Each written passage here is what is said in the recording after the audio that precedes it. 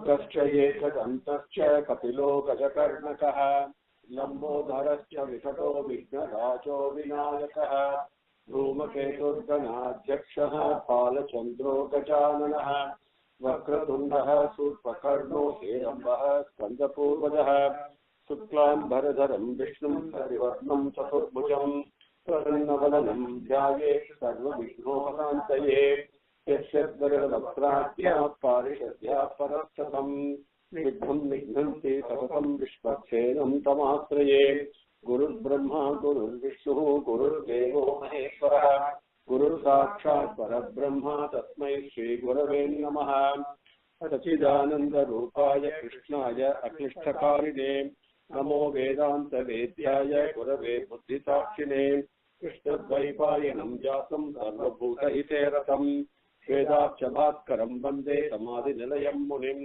सहस्रमूर्ते पुरुषोत्तमस्य सहस्रनेत्राननपादबाहोः सहस्रनाम्नां स्तवनं प्रशस्तं निरुच्यते जन्मजरादिशान्त्यै. So we came up to Swamike Jivo Vineta Sakshi Mukundo Misavikramaha. Now we'll take Ambo Nidhiranantatma Maho Dhadisayontakah. Ambo Nidhi Anantatma Maho Dhadisayah Antakah. So 4 names are there. Ambo Nidhi. Bhagavan says in the Bhagavad Gita, among all waters, I am the ocean. Ambo Nidhi. So you see, there are 2 things in this world that we can keep watching and will never get satisfied.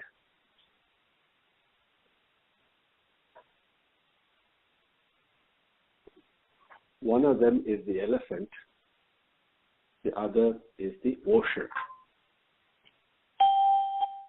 When you keep look at the ocean, you can never get satisfied. You can keep on watching it. Same way you look at an elephant, you can keep on watching it. Never get bored of it. That Bhagavan was present in the form of ocean.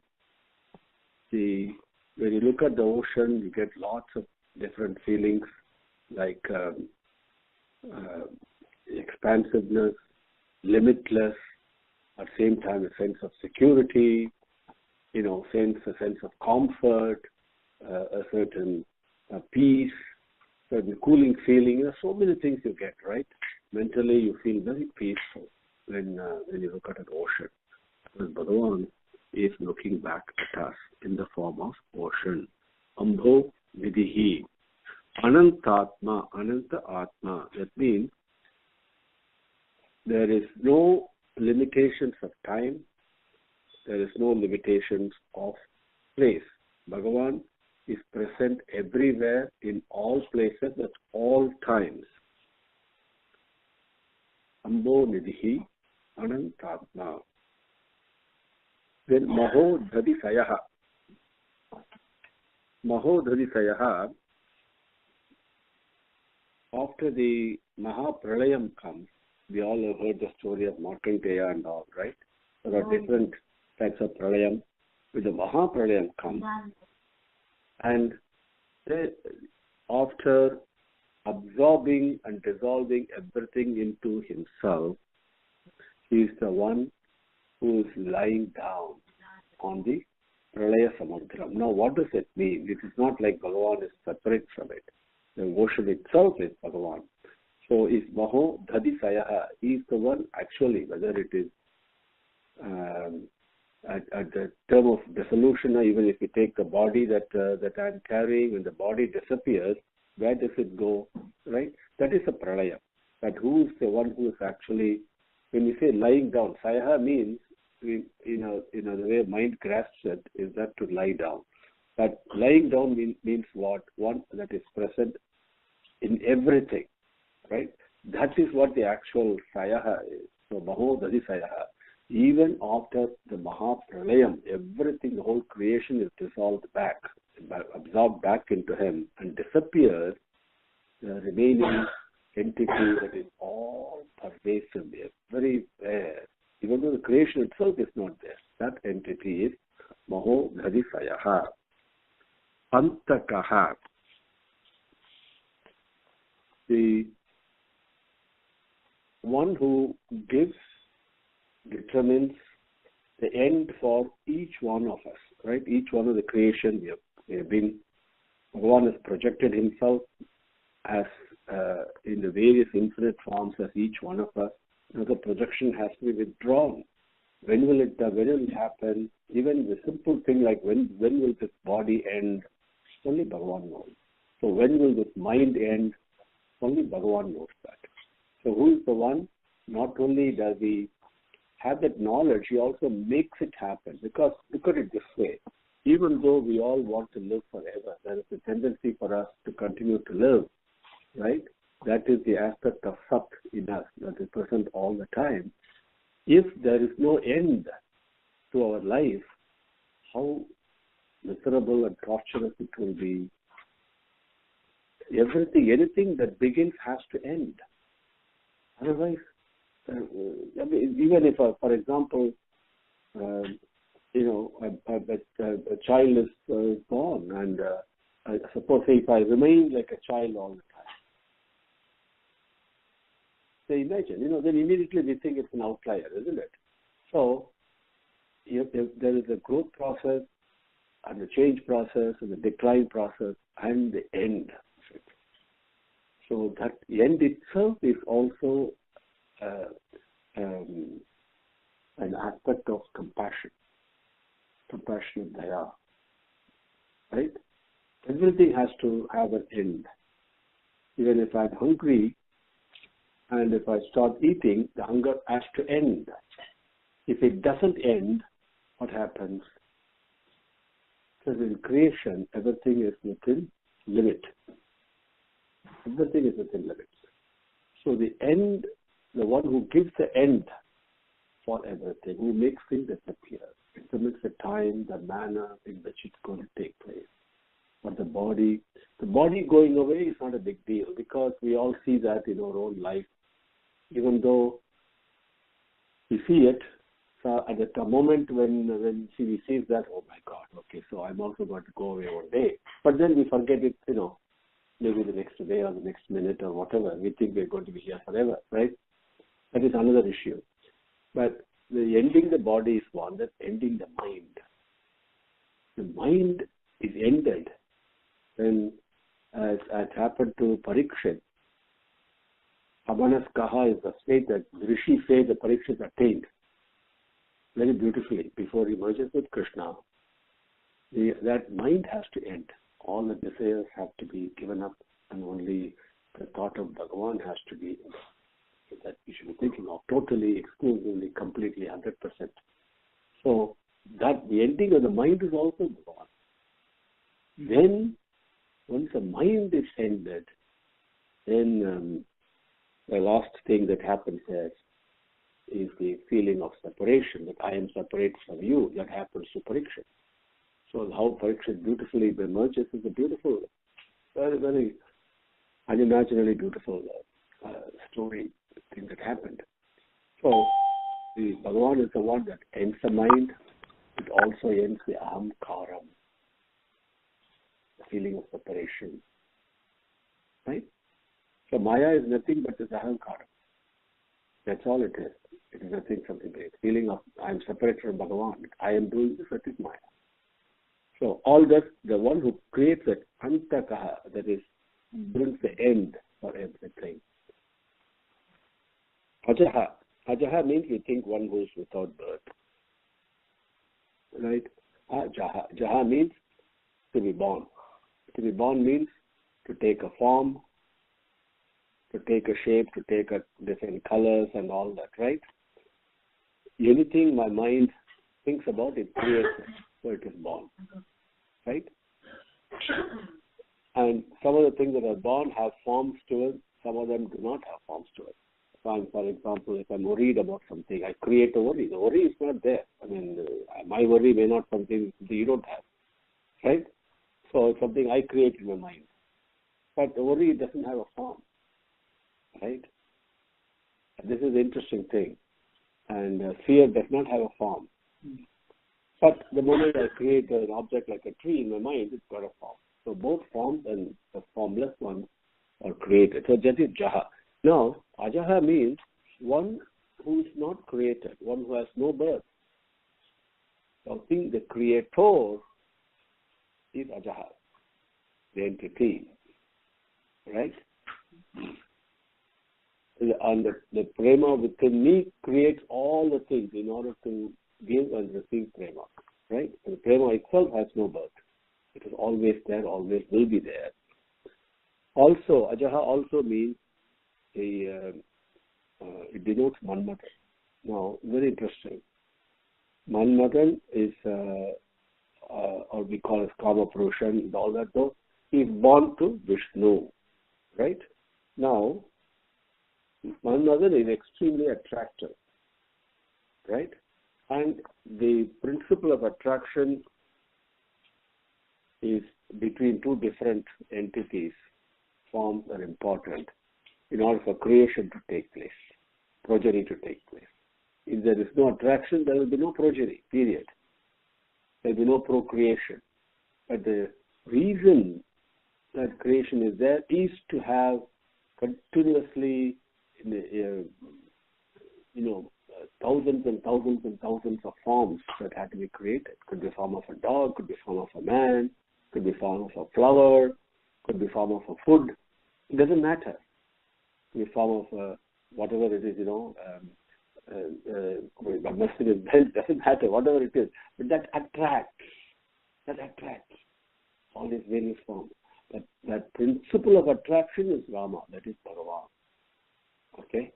That the essence that attracts, the Ramyate iti Rama iti. So, Manmadan is one aspect of it which pertains to the procreation aspect. Understand? So that is Ajaha. Now, there are the moment we say Ajaha, I shared with you, it's the prema within me that creates everything in my life, the prema within you, right? And what is getting in between is the feeling of I am doing this. If I can get that up, then I can be one with prema, isn't it? So our rishis have explained this. How is it possible, sir? So I don't understand. So all the things that the mind creates, you say, and there are actually 24 principles that are given. So I'll share the 24 principles given in Bhagavatam also. And the 25th, that is beyond all this, without being touched by any of these things standing there as a witness at the same time makes this happen. That is Ajaha, the third way. So what are the 24 principles? So if you take, first of all, quick review of, again, what is given in Bhagavatam, since some of you may not be there in the class. So maybe educational, informative for you. So first of all, we use the word Prakriti all the time. Okay? And we say in English, maybe nature. Okay? But better than nature, if you say Prakriti, it has a very beautiful meaning. Kriti means something that is being done. Pra means by Bhagavan. It's in the company of Bhagavan. Okay? Pra is supreme creation. What is it? That is, basically, that's got only three things. Prakriti has got only three things. It has got the three gunas. Okay? Just like we're driving a car, accelerator, brake, and a balanced speed, right? So we got Sathya Gunam, Rajasic Gunam, and Tamasic Gunam. Now, when these three gunas are in absolute equilibrium, that means there is no particular guna that is dominant, that is more dominant than the other two. The interesting thing is, when Sathya Gunam becomes dominant, the other two become subservient to it. When the Rajasic is dominant, the other two become subservient. This is the beauty. tamasic dominant, the other two become subservient to it. The role is to keep the rajasic and tamasic gunam, very low, and then increase the sattvic gunam. That's the pathway to Bhagavan. Okay. The interesting thing is, when they are in absolute equilibrium, nothing happens. And when there is a disturbance in the equilibrium, that is Prakriti. Okay? Then there is for anything to take place, there has got to be what we call an objective. Without an objective, nothing is being done. Right? In our life also, everything is, whether you take management language or whether you take regular life, whatever it is, there's always an objective. Isn't it? The objective for this Prakriti, for this whole creation, is Mahat Tattvam. And Mahat Tattvam is what I keep sharing with you as I learn from Swami, because it is such an important lesson and it is not clearly specified anywhere else. This is the problem. That is why there is so much confusion in spiritual teaching, because the principle is not clearly described. What is happening is described. Prema Eva, it says that why Prema Eva, that's not clearly. So one has to really think and reflect and then learn it properly, right? Whereas Bhagavan himself, the one who created the 25th principle, Rajaha himself says, this is the reason, objective, Mahat Tattvam, is to give love and receive love. Give happiness and receive happiness. That is why we say serving is so important. Okay? And what is preventing me from doing this is only selfishness. Very simply put. Nothing else. Only selfishness. Okay? That is, so, Mahat Tattva. That's subjective.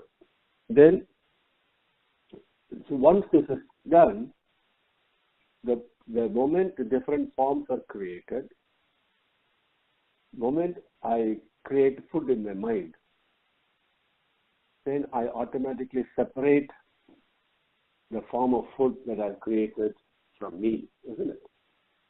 I'm hungry and I want to go and have a sandwich at lunchtime. Okay, I'll have a cheese tomato sandwich or whatever in my mind I'm thinking, right? But even if you think of it, even when after you enter the restaurant, it doesn't matter. Whenever you think of it, the moment you think of it, that is now separated from you. Isn't it? Correct or no? So anything that you create, automatically you separate it from yourself. That feeling is ahamkaram. Okay, so that is 3. Then the Panchabhutangal that you all know. In English, I'll give you the word names in Sanskritam. Prithvi, Apu, Tejas, Vayu, Akasam. Okay? Prithvi is anything that is gross. Not only the ground that we see, but anything that is really gross, that's very heavy. Okay? That is Prithvi. Apu is water. Right? Water we can. Tejas, we know. Which we say fire and the effulgence is coming from it. Vayu is the wind. Right? We can't see Vayu, but we know it is there. Isn't it? You can feel it. Right? That is its quality. It can touch on or touch it. Then Akasam is space. Akasam is not sky. Jauhu is sky. But Akasam is space. Please remember. In everything there is, anything you take care of, at atomic level, there is space only. Space is the one that is actually, if we talk of quantitatively, space is the one that is more. Isn't it? In anything, even if you take an atom, the space is actually much, much more than this tiny particle. Please remember that. That is so important because Akasam is expensive. The subtlest of all the 5 elements. So the subtler you become, the larger you become. The expansive you become. Okay? 5 elements. Right? So 5 elements have been created. All of us are made of the 5 elements. But the 5 elements have to be put together. I mean, if you picture it discretely, And no, each one of these 5 elements has got a characteristic, right? As we all know that, okay? Like it has got sound, touch, form, and taste, and smell. We all know which ones these 5 are, right? Please remember, these 5 perceiving aspects of creation are associated with 5 senses. That comes later. First is these various aspects, the Panchabhutangas. But the Panchabhutangas are there by themselves and without any characteristic. I cannot perceive them. So each one has been given a perceptible characteristic. That is what we just saw. The aspects of perception. 5 elements, 5 aspects of perception. They are called tanmatras. Tanmatra in Sanskrit. That's all. Don't worry about.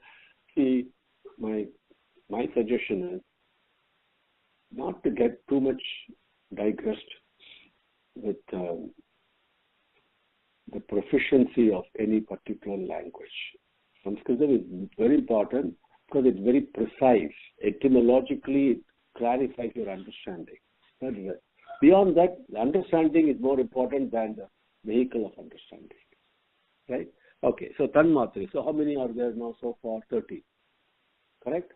So Prakriti, Mahatattvam is there, Ahankaram is there, Panchabodhanga, and Tanmatri. So 10 plus 3, 13. Now, I need tools to perceive it. Isn't it? So, Panchabodhanga have been made. Even though I am made of all the 5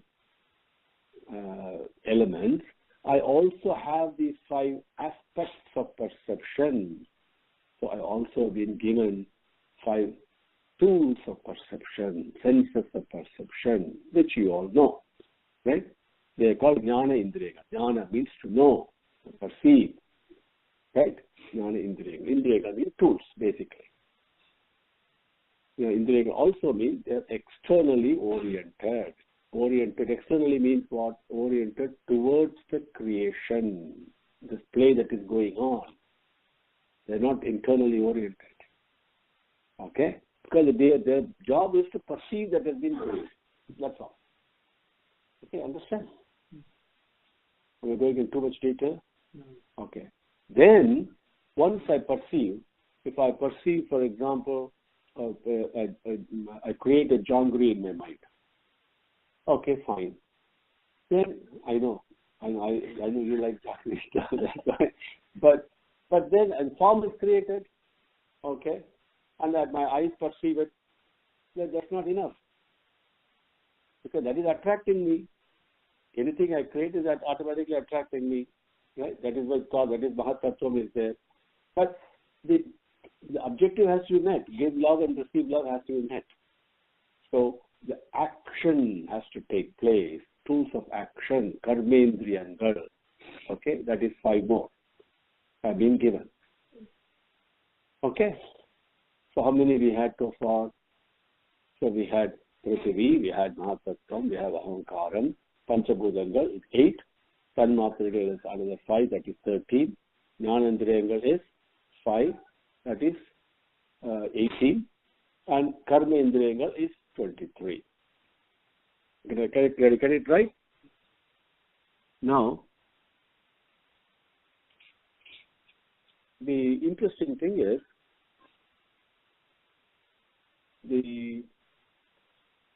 there is another aspect which we call as mind, manas. And mind is nothing but a bundle of desires. Now look at the case of jangri, for example. I've got all the 23 in there. I've got the tools of action is there. I perceive it with my mind. I've created it. Right? Everything is there. But if the desire is not there, it just sits there. Nothing happens. So mind has been created. Okay? So now that brings it to 24. Beyond all this, untouched by that. This is Jaha. All that we spoke about is the Jaha aspect of it. The 24 aspects of that takes place in any creation. Any creation, you sit there, it'll be a very beautiful, interesting exercise. You'll feel very happy doing this. And same way, when I don't know how many of you have done this. Whenever I used to go to Bombay in my young days, in the evening time, I used to go to the railway station, just sit there on a bench and watch all the people. So interesting it is. So amazingly interesting. So many characters, so many people doing so many things, so much life. Beautifully, I used to be so peaceful. Now, this might sound crazy to you, but try it. You will really like it. Okay? Yes. Anywhere, doesn't matter. Wherever you are, you can just observe. Like that, if you sit there and observe these 24 aspects of creation in anything that you do, I don't care what it is. Okay? I gave you an example of eating. It could be cooking. It could be wanting to do whatever it is that we are pulled to do something, taking care of my son, whatever it is that you're doing. There are the 24 aspects. Amazing exercise it will be. Okay? And then you realize, but all this is taking place. Yes, but there is something there that is witnessing all this, not being involved in this, within me, not touched. While all this tamasha is going on, something is there, just watching all this. That is ajaha, not born. Okay? You understand? So ajaha is very much within us. Understand? And then, Swami's grace, one day that I'm sure you will all realize that I am that ajaha. This all thing is that projection. I'm getting involved in the projection, but no, I'm not. Okay, that is ajaha. Okay? So, Ambo Nidhi Anantatma Maho Dhadi Sayaha Antakaha. Okay? So that is Slokam number 55. Jivo Vinita Sakshi Mukundo Mita Vikramaha Ambo Nidhi Anantatma Maho Dhadi Sayontakaha Ajo Visad. Ajo Maharga Swabhavyo Jita Mitra Pramodanaha Ajaha Visa. Mahargaha. Arhaha means always deservedness. See, as Swami says in Kali Yukam, what is the characteristic, as Bhagavan says, when he identified this is what could happen, that's exactly what's happening. There is to put it in our colloquial language, you take two aspects. One is ambition, the other is competence. Okay? So, Kali Yuga, what happened? We have tremendous ambition out of step with our own competence. Whether it is take our business world, okay, or even our social world, where, lots of, again, just as the example only I'm giving of what is happening, just an observation, okay, no judgment, is lots of, today now the facilities are there, we teach our children music, dance, this, that, and everything else, right? But before achieving the required level of competency and accomplishment, we are interested in putting them on a stage and showing off. Why? That ambition, corresponding competency is not always there, right? So that is the nature of Kali Yuga. That's what's happening. So that properly understood, it's not the sector of anybody, because I really want people to learn all this arts and everything, but become good at it. Like learn the thing instead of focusing on going and singing in front of people, for example. There used to be a great singer called Maharajapuram Santanu. Those of you who may know Carnatic music would have definitely heard of him. Phenomenal singer he was. Now his father was Maharajapuram Vishnu. This Santanam was always playing a playback. Like he was not the main singer. He was always sitting behind his father and singing. Till the age of 45. Till his father told him, yes, now you can go and give solo performance. And even M.S. Subbulakshmi, such a doyen of spirituality as well as music, phenomenal doyen.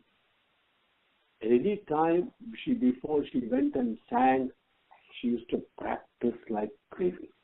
M.S. Gopalakrishnan, another doyen of Carnatic music, even after reaching the pinnacle, even at the age of 9, 10, 11 and all that, even after, even his 40s and 50s and all, when so advanced he was, immediately, he would not waste time. No, I got to go and practice. In developing the competency, or even if you take the sports field, people all do that. The golfers and athletes and everybody, they all practice and practice, and competency is very important. So, while I'm not digressing, I just want to emphasize the feeling of arhaha. The deservedness comes only when there is that competency, isn't it? Now, so if I want, Bhagavan says, Swami, I want moksha. And if that word is going to come, I think Mukundaha, I don't know whether they finished it, probably did. I want moksha, Swami. I want this, I want your lotus, I want. Swami says, it's always available to you. Nothing is stopping that. But is it accessible? Another question. Have you done? I can't go on top of Mount Everest, is always available. But to access it, I've got to do the work. That competency is important. So, this is why Bhagavan is the easiest to get, also the most difficult to get. Both the years. So why this Mahargaha? What is it actually? Why I'm talking about all this? See,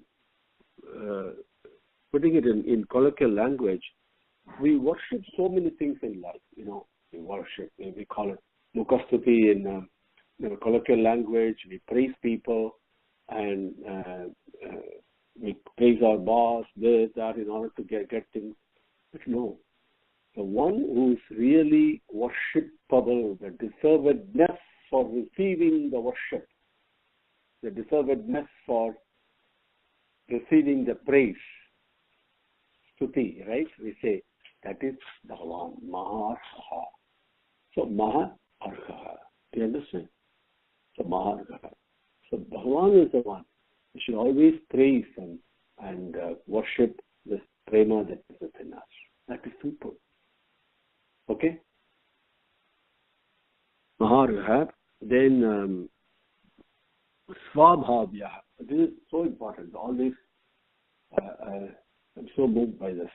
Because the Swabhavya means, if you look at, Swabhavya means, well, let me see the meaning first and then we try to discuss that. Is regardless of the place and time, whether it is morning, evening, 2 o'clock in the morning, doesn't matter, whether I'm suffering from fever or stomachache or whether I'm flying up in the sky, doesn't matter. It really doesn't matter where I am. It doesn't what stage I am, what time of the day it is, or night it is. It is constant. The experience, if you want to call it attitude in our colloquial language, it's all absolute.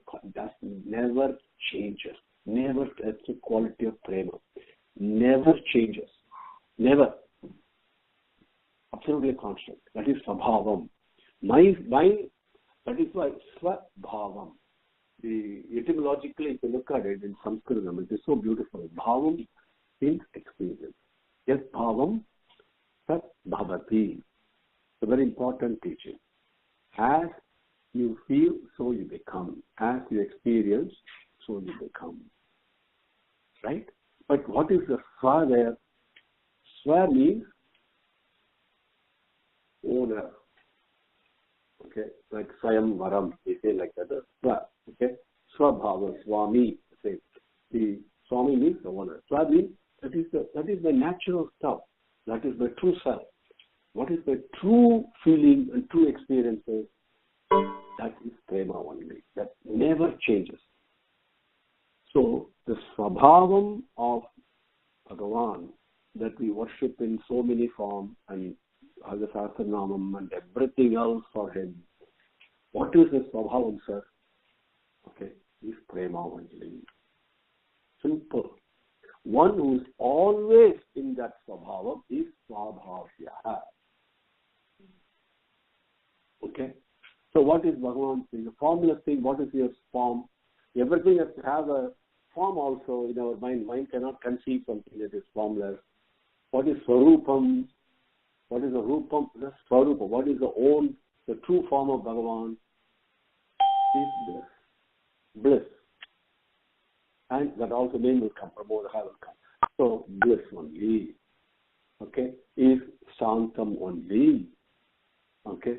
Is Prema, is bliss, the Anandam, and that name or Nama is also going to come. Okay? And Shantam. Shantam and Anandam are the Swarupam of Bhagavan. Swabhavam is Prema. Okay? Swabhavya, always in Swabhavam. I can become a Swabhavya if I conduct myself with my Swabhavam all the time. Your Swabhavam is no different from mine. Exactly the same. But it gets changed. It gets manipulated by the three gunas. That's all.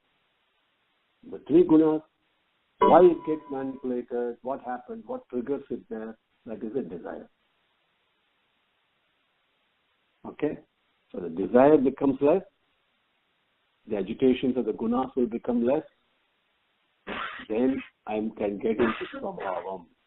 I can conduct myself with love. Then I become Swabhavya. Okay? So, Ajo Maharga Swabhavyo Swabhavya Jita Mitra Pramodanaha. That with Swami grace we will take up next time. Om Shri Gurubhyo Namaha Hari Om Samastaloka Sukhino Bhavantu Samastaloka Sukhino Bhavantu Samastaloka Sukhino Bhavantu. Om Shanti Shanti Shanti Hari Om.